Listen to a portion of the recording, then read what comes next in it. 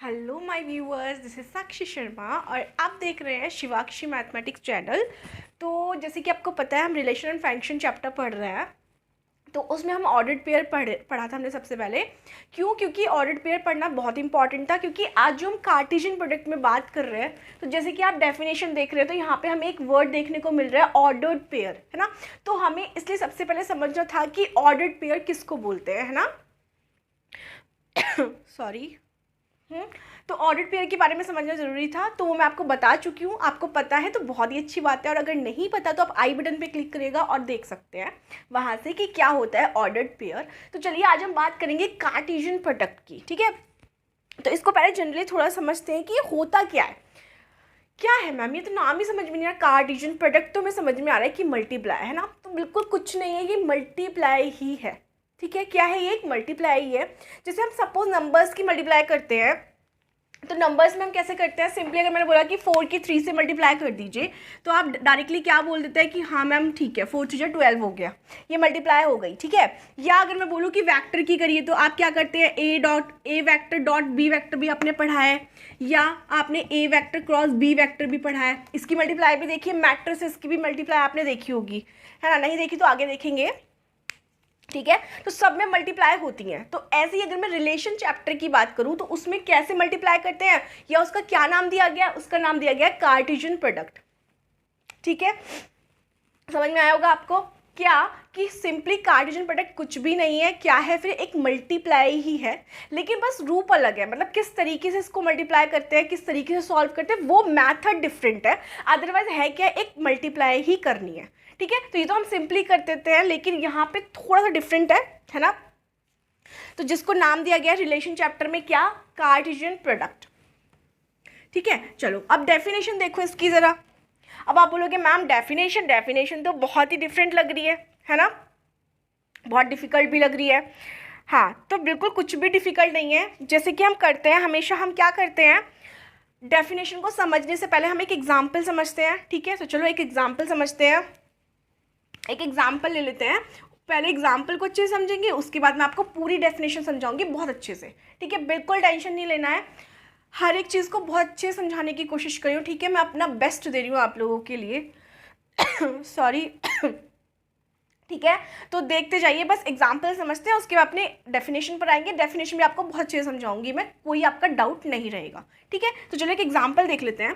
अब मैंने कोई दो सेट ले लिए बेटा, एक सेट ले लिया मैंने ए, उसमें मैंने दे दिया ए बी, और एक सेट ले लिया मैंने बी क्या ले, चलो बी ले लिया हमने, क्या, लैला मजनू, ठीक है। लैला और मजनू दो को बिठा दिया हमने बी सेट के अंदर, ठीक है। तो हम क्या करने जा रहे हैं बेटा, हम इनका सॉरी थोड़ी तबीयत ठीक से नहीं है।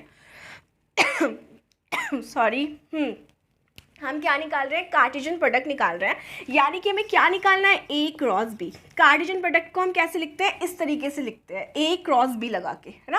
वेक्टर नहीं लग रहा, वेक्टर लग जाएगा तो अलग हो जाएगा प्रोसेस। यहाँ वेक्टर कुछ नहीं है, सिंपल एक सेट ए है, एक सेट बी है, उसके बीच में क्या लगा दिया, क्रॉस। तो इसको हम कैसे पढ़ते हैं कि ए कार्टेशियन प्रोडक्ट ऑफ बी, ठीक है। अब ये थोड़ा डिफरेंट, मतलब थोड़ा डिफिकल्ट पड़ता है क्योंकि बड़ा सा वर्ड है, तो हम सिंपल इसको ए क्रॉस बी भी पढ़ेंगे, ठीक है। कोई इसमें प्रॉब्लम नहीं है कि हम ए क्रॉस बी क्यों बोल रहे हैं। वैसे हम जनरली इसका जो मेन नाम है, किस तरीके से इसको पढ़ते हैं, हम इसको रीड करते हैं ए कार्टेशियन प्रोडक्ट ऑफ बी, लेकिन इन शॉर्ट में अगर हम बात करेंगे तो हम क्या बोलेंगे, इसको ए क्रॉस बी बोलेंगे, ठीक है। चलो अब करना क्या है, हमें ए क्रॉस बी निकालना है, ठीक है। तो कैसे निकालते हैं वही देखते हैं, आ जाओ। अब देखो कैसे करेंगे बेटा, देखो बहुत ईजी है, इसमें तो आपको कोई दिमाग भी नहीं लगाना, मतलब कोई कैलकुलेशन नहीं करनी कि भाई चलो देखो हमने कोई मल्टीप्लाई दे दिया। सपोज मैंने आपको बोल दिया कि 19 3 बताइए, तो आपको उसमें टेबल याद होना चाहिए, है ना। 3 का भी है, 19 का, तभी तो आप कर पाओगे उसको। तो उसमें तो आपको फिर भी कैलकुलेशन करनी है या थोड़ा दिमाग पे जोर डालना है, लेकिन यहाँ तो कुछ भी नहीं है ऐसा। मतलब सिंपली क्या करना है, आपको ऑर्डर्ड पेयर में लिखना है, इस रूप में लिखना है आपको। तो कैसे लिखते हैं, चलो इसको हम समझेंगे। क्या, पहले मैथ्स में बाद में समझाऊंगी, मैथ्स लैंग्वेज में पहले ऐसे ही समझ लेते हैं। हुआ क्या कि ए कॉमा बी है, वो किसके घर जाएंगे, बी के घर जाएंगे उठ के, ठीक है। अच्छा अब एक बात बताओ, जब हम किसी के घर जाते हैं, ठीक है, किसी के घर जब हम मिलने जाते हैं, तो वहाँ पे हमें सबसे मिलते हैं ना, बेशक हमें किसी पर्टिकुलर बंदा या बंदी से मिलने गए हैं घर पे, लेकिन वहाँ पे क्या होता है, उसके घर में और भी तो मेंबर्स होते हैं ना, तो हम सबसे मिलते हैं, सबसे मिलते हैं, हाय हेलो करते हैं, नमस्ते करते हैं, जो भी है सबसे मिलते हैं ना। तो होगा क्या कि जब ये ए सेट पूरा का पूरा बी में मिलने जाएगा तो होगा क्या, जैसे ही पहली बार ए गया बी के घर, तो ए किससे भी मिलेगा, लैला से भी मिला और मजनू से भी मिला, ठीक है। ऐसे जब ये बी गया उठ के, तो बी लैला से भी मिलेगा और मजनू से भी मिलेगा। बात समझ में आ रही है। मजनू ने कहा मैं अकेला नहीं छोड़ूंगा लैला को, है ना, तुम्हें मुझसे भी मिलना पड़ेगा।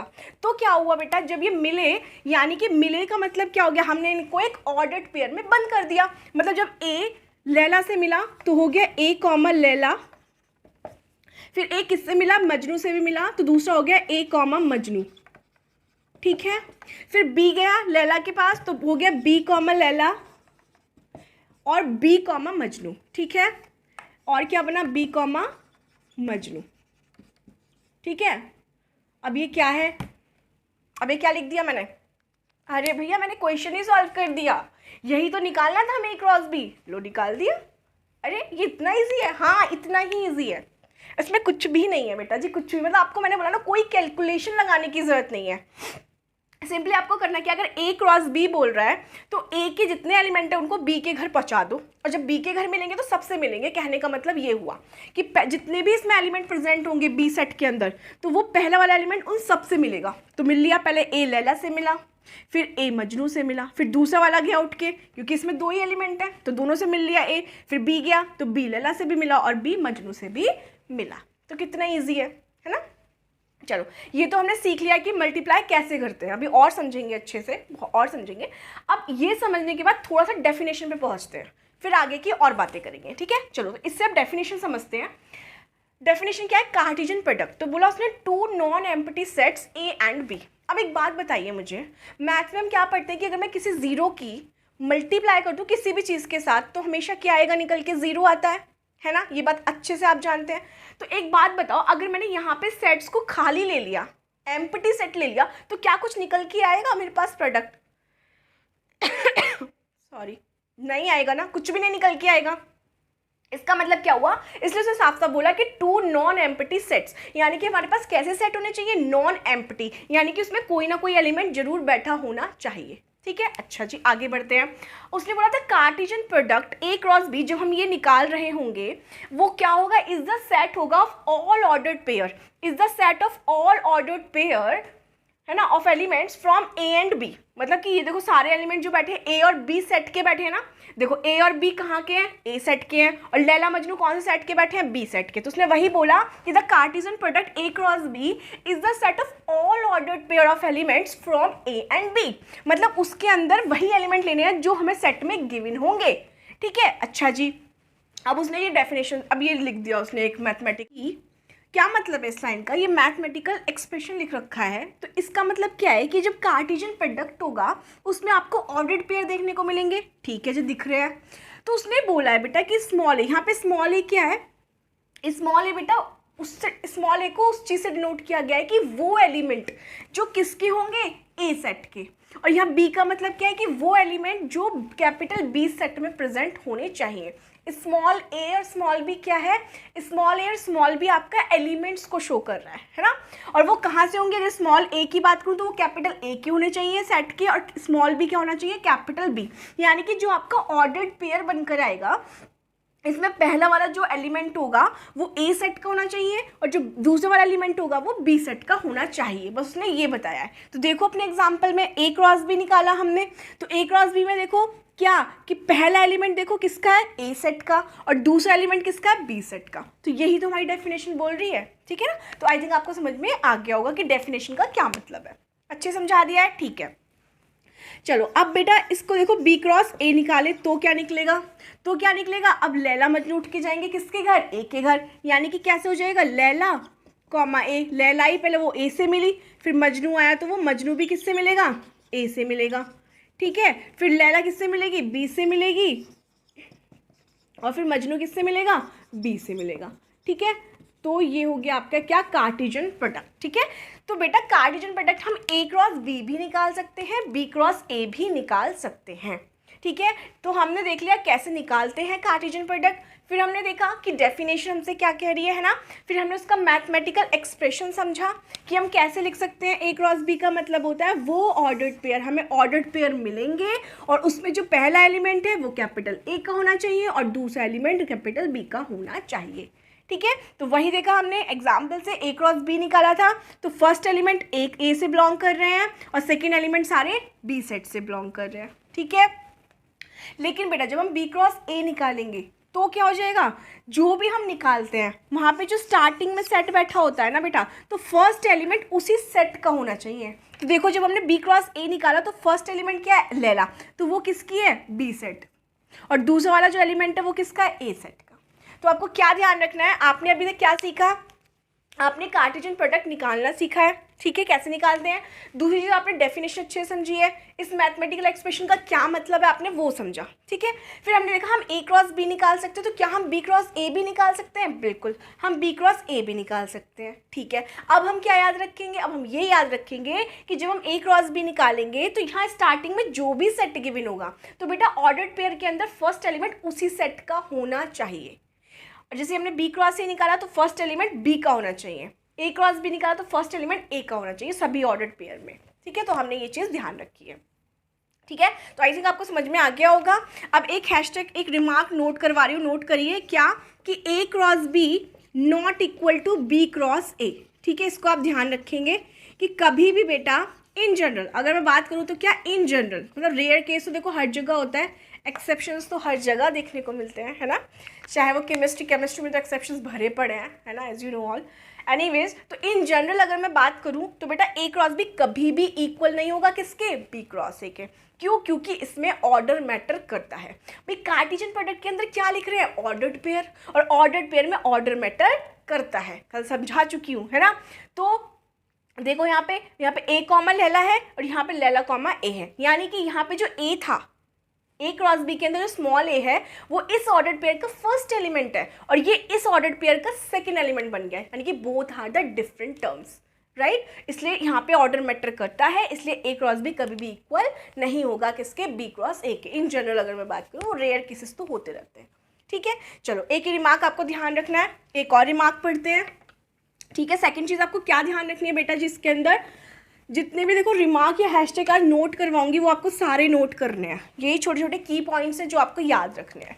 ठीक है, आप सेकंड चीज़ें क्या याद रखोगे बेटा जी, कि कभी भी आपको इफ़ आपको क्या दिखा, पी क्रॉस क्यू, या ए बी ले लो, चलो ए बी ले रहे हैं तो ए बी ले लेते हैं, उससे अच्छे समझ में आएगा।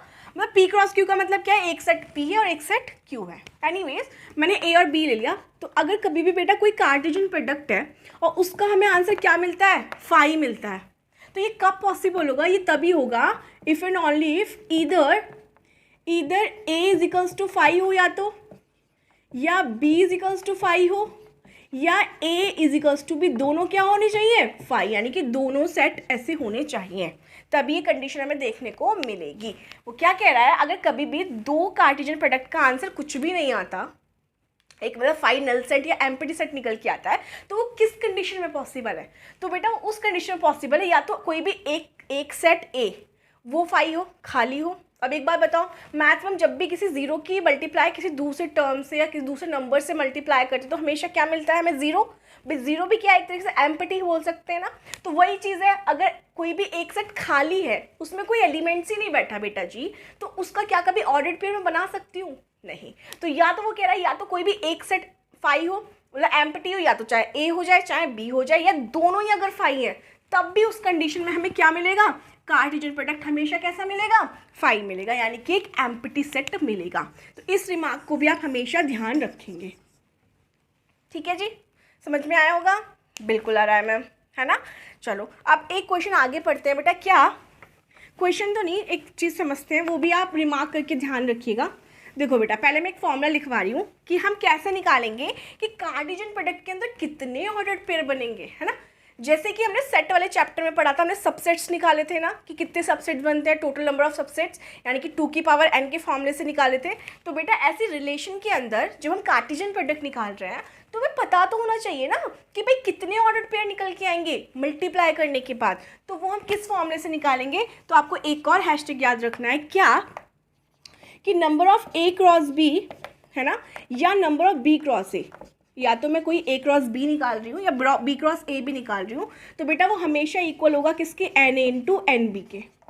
और एन ए को अगर मैं स्मॉल एम से डिनोट कर दूँ और एन बी को स्मॉल एन से, तो मेरा आंसर फॉर्मूला क्या बन गया, एम क्रॉस एन। ठीक है, बात समझ में आ रही।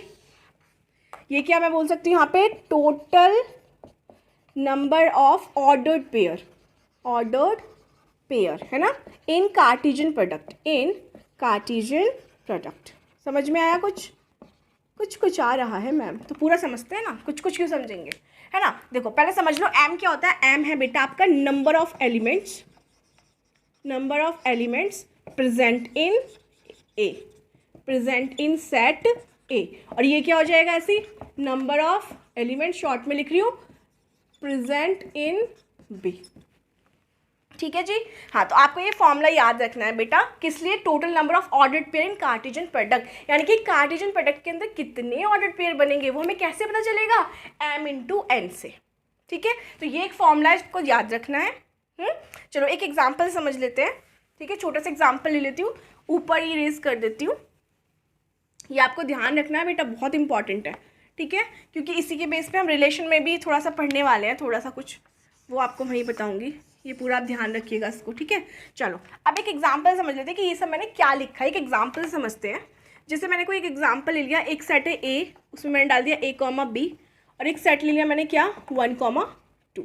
ठीक है बेटा, अच्छा अब मुझे बताओ नंबर ऑफ एलिमेंट्स इन ए में बताओ कितने बैठे हैं, मैम 2 हैं। ठीक है, number of elements in B set में बताओ मैम कितने बैठे हैं, 2 बैठे हैं। ठीक है बेटा, अब मुझे निकालना है, सपोज मुझे एन ए क्रॉस बी निकालना है और मुझे एन बी क्रॉस ए भी निकालना है। एक बार मुझे ए क्रॉस बी निकालना है, एक बार मुझे बी क्रॉस ए निकालना है। तो मैं देखना चाह रही हूँ कि कितने ऑर्डर्ड पेयर बनेंगे। ठीक है, तो मैं कैसे पता करूँगी, m इंटू एन से। तो मेरा m तो क्या आ गया, ये m हो गया और ये स्मॉल n हो गया। तो लगा दो फॉर्मूला m इंटू एन, यानी कि कितना हो जाएगा, 2 इंटू 2 यानी कि 4। ऐसे यहाँ पे भी सेम फॉर्मूला लगेगा, तो ये कितने निकल के आएंगे आपके, यानी कि 4। इसका मतलब क्या हो गया कि जब भी मैं बेटा a क्रॉस b का कार्टेशियन प्रोडक्ट निकालूंगी या b क्रॉस a निकालूंगी, तो उसमें जो नंबर ऑफ एलिमेंट्स है कितने आएंगे निकल के, 4। बात समझ में आ रही है, कितने टोटल ऑर्डर्ड पेयर बनेंगे, 4 बनेंगे, है ना। वो हमें कहाँ से पता चला, यहाँ से। तो चलो करके देख लेते हैं एक बार। चलो भी करके दिखाओ मुझे, a क्रॉस b अभी सीखा है हमने, कैसे करते हैं मल्टीप्लाई, बताओ बताओ बताओ फटाफट बताओ। देखो a क्रॉस b हम निकालेंगे, तो निकालो, इसकी मल्टीप्लाई हो जाएगी, क्या हो जाएगा, a कॉमा 1 a कॉमा 2, है ना, a दोनों से हाथ मिलाएगा, फिर b कॉमा 1 b कॉमा 2। तो ये तो हमारा हो गया a क्रॉस b। अब निकालिए b क्रॉस a, तो b क्रॉस a क्या हो जाएगा आपका, सेम b, अब b वाले जाएंगे एलिमेंट पहले, तो 1 comma a 1 comma b 2 comma a 2 comma b। देखो कितने निकल के आ रहे हैं, देखो देखो देखो, a क्रॉस b के अंदर 1 2 3 4, b क्रॉस के अंदर 1 2 3 4। तो हमें कहाँ से पता चला, कहाँ से पता चला हमें, m इंटू एन फॉर्मूला से, है ना, कि कितने ऑर्डर्ड पेयर प्रेजेंट होंगे। अब आप सोच रहे होंगे मैम इसकी क्या ज़रूरत है ये सब बताने के लिए। देखो बेटा जी, अभी तो आपके सामने 2 सेट की बात हो रही है, तो आप इजीली चलो बता भी सकते हो, क्योंकि मैंने 2 इसमें दे दिए 2 इसमें दिया, आपने आराम से बना दिए। लेकिन जब बेटा हम 3 सेट गिवन होंगे ना, और जब उसका कार्टेशियन प्रोडक्ट निकालेंगे तब दिमाग घूम जाएगा। समझ में आ रहा है, तो उसके लिए बेटा पता होना चाहिए कि एग्जैक्टली कितने ऑर्डर्ड पेयर हमें मिलने वाले हैं, ताकि हमसे एक भी छूटे ना। बात समझ में आ रही है, बिल्कुल आ रही है मैम। ठीक है, तो चलो यहाँ पे हैशटैग एक रिमार्क डालो फटाफट से, फिर से रिमार्क, बिल्कुल रिमार्क। क्या रिमार्क है, हम यहाँ से ये देख रहे हैं बेटा कि number of elements in Cartesian product a cross b हमेशा इक्वल होगा किसके, b क्रॉस a के। बात समझ में आ रही है, बात समझ में आ रही है, बिल्कुल आ रही है मैम। कि अगर हम नंबर ऑफ एलिमेंट देख चुके हैं यहाँ पे, number of elements a cross b भी कितना निकल के आया, 4। Number of elements b cross a भी कितना निकल के आया, 4। तो नंबर ऑफ एलिमेंट्स की बात करेंगे तो वो इक्वल होंगे, लेकिन खाली कार्टेशियन प्रोडक्ट अगर मैं ऐसे लिख दूँ ना खाली कि a क्रॉस b, क्या ये इक्वल होगा b क्रॉस a का, तो आप बोलोगे नो। तो क्या इक्वल होगा फिर, उनके नंबर ऑफ एलिमेंट, जहाँ ये स्मॉल एन लग जाएगा तो इसका मतलब वो क्या हो जाएंगे, आपके इक्वल हो जाएंगे। ठीक है, बात समझ में आ रही होगी, बहुत अच्छे से आ रही है, बहुत अच्छे समझ में, बिल्कुल आ रही है मैम, बहुत अच्छे से ही समझ में आ रही है। ठीक है, तो आई होप आपको समझ में आया होगा, है ना। तो कल फिर मिलेंगे एक नई वीडियो के साथ, तब तक के लिए बाय बाय, टेक केयर, ध्यान रखिए।